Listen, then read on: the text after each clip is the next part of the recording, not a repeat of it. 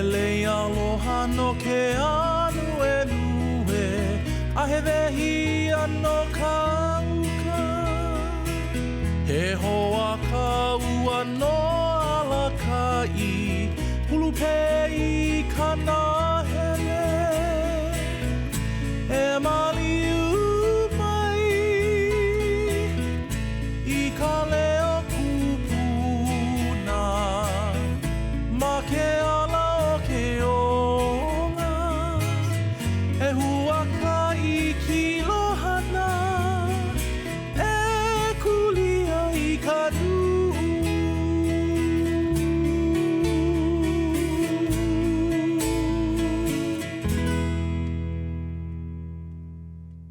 Beneath the pastures on the slopes of Kohala Mountain lie the seeds of Keawewai, once a 520-acre native ecosystem that sustained life across Hawaii Island with food, medicine, and shelter. The Kohala Center is working to restore balance to the land and bring that forest back. It's a fitting place to meet Rich Matsuda, director of the Keck Observatory, whose life's work also seeks balance, weaving together engineering, science, culture, and community.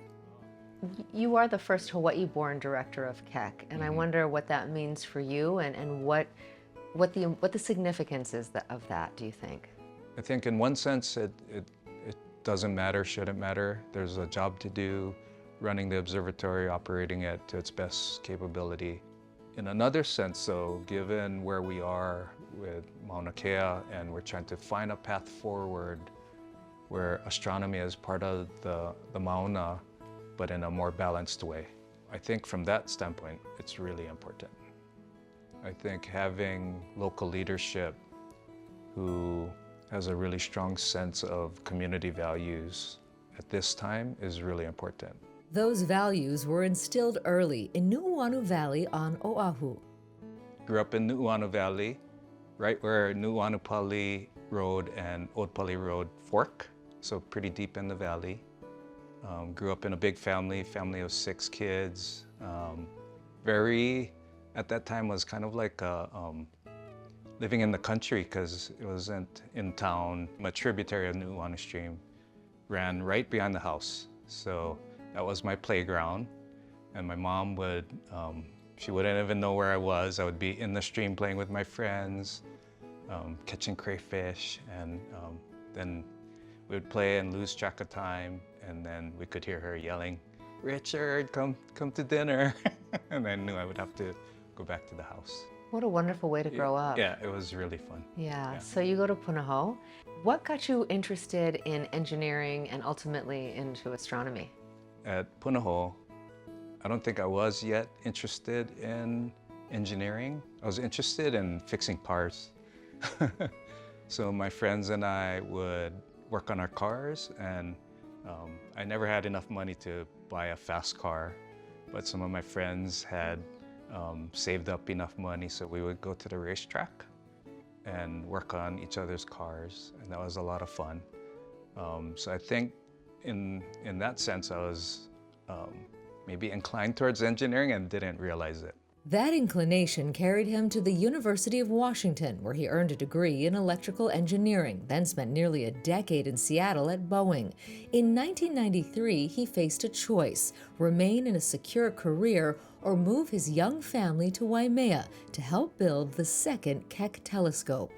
So I had gone off to college, so 4 years in college, worked at Boeing for 7 or 8 years, so almost a dozen years away from Hawaii. I didn't realize how much I missed the ocean. I still remember because I came for the interview and I was like, I don't know, should I move back home? And then my sister invited me, who was living here on Hawaii Island, she invited me to go surfing the next morning after my interview, and took me down to Waipio Valley, dawn patrol, and borrowed my brother-in-law's board and was paddling out, sitting in the water, and just beautiful. Had high waves and the sun was rising out of the east, out of the ocean, and the birds were chirping, and there was wild horses running on the black sand beach, and I was like, this is incredible. I think this is, like a sign to to come home. What is it about the telescope or the race car? What is it about those complex systems, an airplane, that you find so compelling? What makes you want to take them apart and put them back together? I don't know. I think it's the challenge of figuring out hard problems when there's not necessarily always a perfect answer. So you're always making trade-offs. So you might be trading off one set of performance characteristics against another. And that's true with cars or airplanes or telescopes. So it may do one thing really well at the expense of another thing. And so you have to balance those things and come up with the right solution. Yeah. That sounds like an analogy for leadership. Yeah. I mean, how does that play in that kind of thinking of systems in that way? How does that play into your leadership? I bring a engineering mindset to problems in terms of trying to understand how the system works, what are the parameters and constraints that this could be people systems, mechanical systems, or whatever. The difference with leadership is, I think that the parameters are not only technical or numerical, right? It's, you have to think about belief systems. You have to think about the greater good for the collective or society and weigh those things. And those things don't always have numbers or measurements attached. And so you can't only rely on your analytical capability. You have to also rely on things like your gut feel. That balance between analysis and gut instinct would be tested on the mountain when in 2019 the future of Mauna Kea put Rich at the center of one of Hawaii's most divisive debates. It was often portrayed as culture versus science. To me, that's a false dichotomy. And in fact, it's a little bit offensive in that saying that there's no science in culture and there's no culture in science. That's when a leader's journey continues. Rich Matsuda came to Waimea thinking he'd stay 3 years. More than 3 decades later, it's where he's raised a family and built a life. When he needs to work through hard questions, he comes to this park in the heart of town. I come here to Ulula'au when I need to clear my mind and sort of connect to nature. I also think it's, for me, a symbol of our community in Waimea, that this place used to be pasture, and in just a couple of decades it's been restored with endemic and native plants. And I think that it's a symbol to me that of the engagement of the community in Waimea. You mentioned that you come here for difficult conversations that you want to have outside of the office. Yeah. As a leader, why is it good, do you think, to do that in this kind of a space as opposed to, in a conference room? Yeah. I think in a conference room, there's sort of a little bit of a script that you follow, like in people's heads or my head, of how you behave in a professional setting. And sometimes the conversations need to go a little bit deeper than that. And to me, changing the setting for those conversations helps to open up and allow a little bit more honest communication, vulnerability. And I think nature just does that. From here, Mauna Kea is in full view, the summit that has shaped both Rich's career and his greatest challenges. In 2019, as conflict over the planned 30-meter telescope reached its peak, he felt compelled to act. So I went up the chain at my observatory and said, this situation is going to change what we do forever going forward. And having grown up in Hawaii, roots in Hawaii with the values of Hawaii, and seeing friends and even, you could say, family members and members from my community standing in resistance to TMT, and in some cases all of astronomy. You're either on one side of the issue or another. And to me, I didn't feel like that's how it should be or that's the way it needed to be, and that there was a lack of understanding and relationships that really, really troubled me. And so even though I had no training or background in say community relations or dealing with the government or things like that. I asked to be involved up to that point in time. I think my value to the organization or astronomy in general on Mauna Kea was my technical skill set. And yet I had this other side of me, my values, my relationships, my grounding in Hawaii. And I was able to bring those two parts of me together to work on trying to find a path forward for greater mutual understanding, greater relationship building, bridge building when it comes to Mauna Kea. Yeah. Would you say that that was your most challenging time as a leader? It still is. So we're still in it. And I would say most challenging, the most learning about Hawaii, the most learning about myself, and the most rewarding work as well. In what way? Why would you say that? The realization that we're all connected and that we may not see the world from the same point of view. Like we have different worldviews among us all. And that if you can sit down and with an open heart and an open mind and try to understand different points of view and also share yours, that's like an amazing process. And I think that's a Hawaii process through and through. That's our history in Hawaii, where people have come together and tried to understand each other and live together. What was that like for you to be out there and to have, a lot of the community be angry with you and you're representing something that they don't like and that they don't want? In the very beginning, my reaction was defensiveness because, I'm so stoked about getting to work on this amazing telescope, and I'm thinking we're doing great things, studying science and sharing the knowledge with everyone. And so to have folks who are against that, I felt like, hey, how come, why is that happening? And initially took it personally and defensively, but once I decided I don't understand what's going on, I need to listen and try to understand better, then that defensiveness came down, my ears opened up, my heart opened up.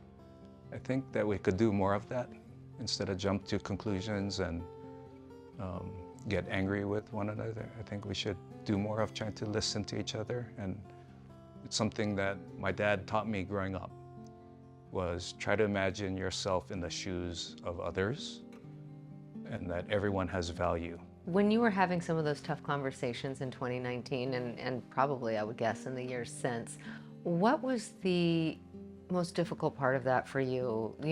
This sort of feeling of, I wish if they could only understand this, maybe they would understand. I know you talked a lot about how much you were listening, but what did you really hope that others understood about your position? In the media, it was often portrayed as culture versus science. And to me, that's a false dichotomy. And in fact, it's a little bit offensive in that saying that there's no science in culture and there's no culture in science, if you separate them that way, right? What I wish is that people would see that the two things can not only exist together, but can integrate and uplift and make, a sum that's bigger than the parts. I want to ask you how your relationship with the mountain itself has changed in the time that you've lived in Waimea, worked on the mountain. Probably the most significant change was in 2021. There was a report that got done to the Department of Land and Natural Resources to evaluate how the Mauna was being managed. And one of the things that came out of that report was that the Native Hawaiian community had not been engaged or consulted enough. So this group was put together to try to figure out a new way. In that working group were some cultural experts, including Auntie Pua Kanahele.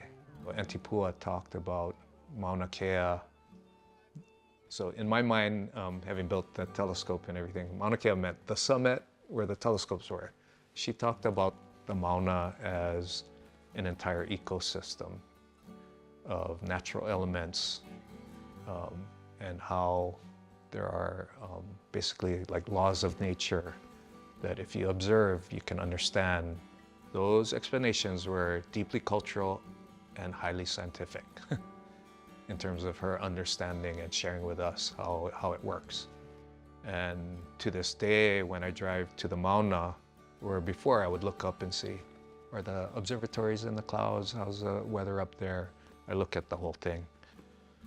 I think about the way the wind is blowing and the way the clouds are forming and the water cycle and where the water falls and where it must go and what does that provide for in the environment and things like that. So the evolution of my thinking about the Mauna has really expanded. Still ahead, new uncertainties test Rich's leadership and remind him why discovery matters. The future of the 30-meter telescope is unresolved. For Rich Matsuda, there are new challenges that may be even more complex.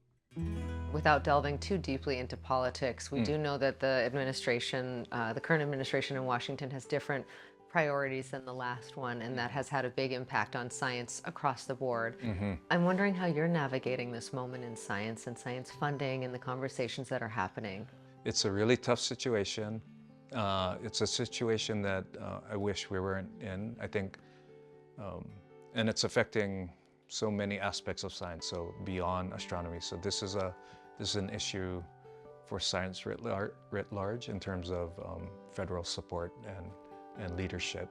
The metaphor that I've been using is if we're sailing on a boat and we see a storm on the horizon and that storm is coming towards us and the boat is engaging the storm, you got to handle the storm, but you also got to think about where you're headed on the other side of that.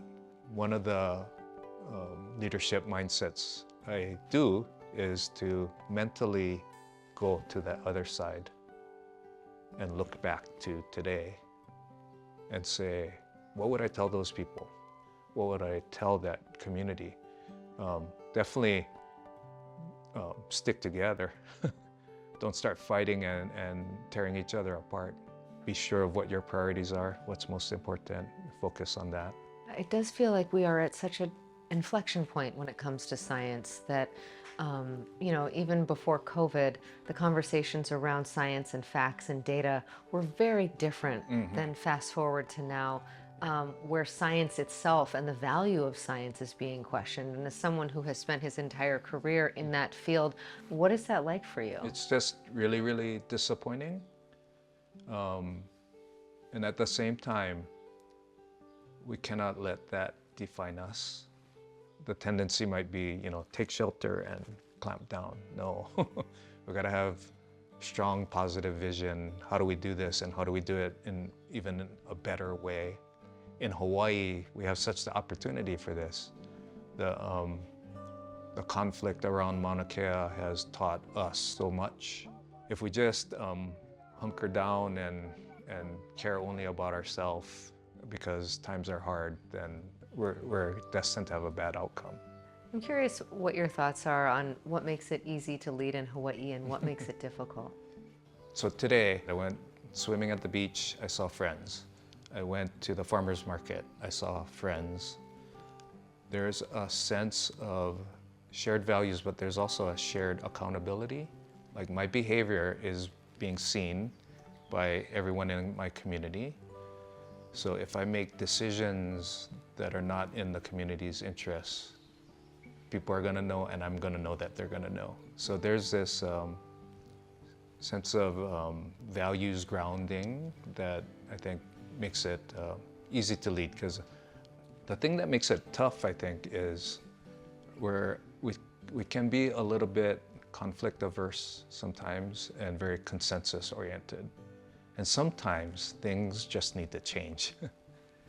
And when you're making big systems change, not everybody is ready for change at the same time. What's difficult is knowing when to push forward, even though you may not have have everyone on board yet, but to take a step in the direction you believe and then help interpret that for everyone and see if you can help them move that way versus waiting. I know you're not an astronomer, but what do you love about the discovery piece of the work that you are a part of? Just the expansiveness of it all. I had a friend in observing, so you're seeing the images come into the telescope over the computer in the control room in Waimea. And at the same time, Kilauea was in one of the eruptive cycles. So we had the YouTube, the live stream, and the lava was shooting 1,000 feet into the air. At the same time, we were looking at lensed galaxies, so gravitationally lensed galaxies from the distant universe, and taking the signature of the light from that galaxy and trying to understand the composition of what was in that light. And we saw a signature of iron. And this thing was an object that is so far away that the light left that object before Earth had even formed. And we're only seeing it now. So he said, is that the same kind of iron that's coming out of the Kilauea right now? And we're like, yeah, isn't that amazing? That iron, the element of iron, is emanating from this galaxy that existed from before Earth was formed, and it's happening right now. And so like these physical processes across like these enormous expanses of time and space are connecting us, and we're here to see it at the same time. It just makes you appreciate life on Earth, because so far it's the only intelligent life we know about, even though the universe is so expansive. And we've learned there's many planets around many stars out there. It's ubiquitous. But so far, as we know, the life we appreciate here on Earth is the only form of that we know of. And so it gives you a sense of cosmic humility, if you like, that what we have here is so incredibly special. Being human, I think, is pretty unique. And so we should appreciate it. What a gift. Yeah. Oh my gosh. Yeah. I want to end, we always ask the same question, and that is to ask, what's the best piece of advice that you've received in your life? Part of what I did outside of work was coached basketball. So high school girls basketball at Hawaiʻi Preparatory Academy. But a friend of mine asked me to coach. And the piece of advice that was actually his team rule, and he said, be aware of how your actions affect others. He didn't have a big, long rule list. That was the only rule. And what it said to me was simply that you're part of a bigger community. And what you do, whether it's negative or positive, affects that community. So always keep in mind that any action you take is going to impact that community. And so his voice is always in the back of my head. When I make decisions, I try to think through who it affects and how it affects them. From the summit of Mauna Kea to galaxies beyond our reach, Rich sees connection and understands that every action ripples outward. For A Leader's Journey, I'm Yanji Denise.